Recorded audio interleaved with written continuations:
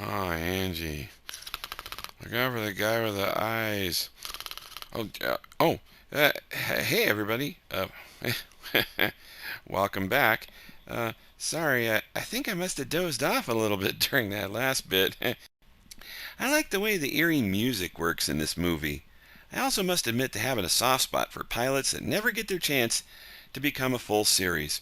I bet the people who made The X-Files really enjoyed this movie. I also feel sorry, though, for Roy Thinnis. Or Roy Thins. Thinnis, I'm thinking.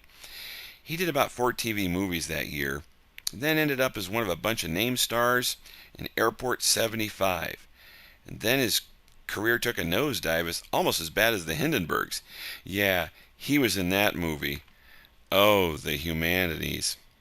From that disaster, he went on to do a string of parts, each one smaller than the last.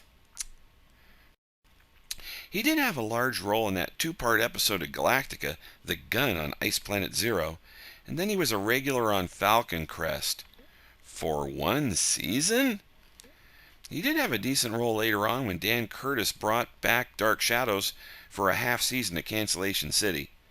And in 1995, he was in a remake pilot for The Invaders again. Unfortunately, this time, the star wasn't him. It was Scott Bakula. That didn't go to series either. I remember in 1996 waiting to see him appear on The X-Files. He showed up 3 times in that series, and none of the episodes he was in were half as good as any episodes of The Invaders. I remember noting how old he looked, and after that, a string of TV movies and one episode of War of the Worlds. It was one of those second season ones, too, the ones set in the bleak future. Then really nothing. Well, he was in A Beautiful Mind, but aside from that, really nothing. At least he was steadily working, unlike myself.